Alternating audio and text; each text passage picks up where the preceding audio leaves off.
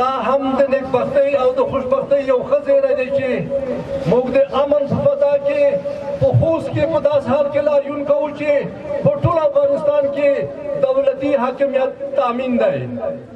یاده ستره ولسي راټولیدنه کې چې په سلګونه کسانو ونډه اخیستې وه پر امریکا متحده ایالاتونو غږ وکړ چې د افغانستان کنګل شوې بودیجه ازاده څو په دې سره په افغانستان کې شته ناورینونه تر کنټرول لاندې ونیول شي او بیرته ټولې چارې په عادي ډول روانې شي.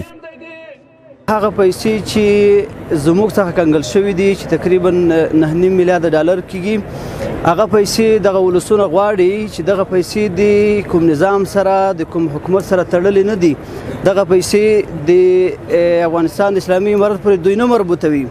دغه جبر دی، دا ظلم دی، هیڅ یو پرنسیپ، هیڅ یو نورم او اصل ته متوجه نه دی چې دغه په بنیاد د افغانستان د خوارو د مظلوم ولس پیسې دغه ملت څخه او د افغانستان د ولسونو څخه کنګل کړای شي.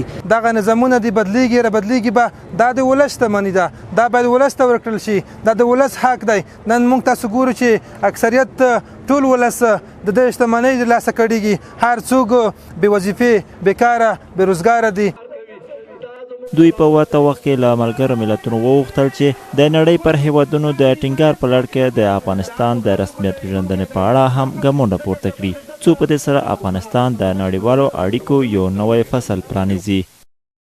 چې د افغانستان تعلیمي نظام ډیر زیات وځپل شو، باید د افغانستان تعلیمي نظام لپاره باید کار وشي، باید د افغانستان تعلیمي نظام په مخ بوتلل شي. که چیرې تعلیمي نظام ته کار ونه شي، خدای نسته زموږ راتلونکی به ډېر له تیارو سره مخامخ وي.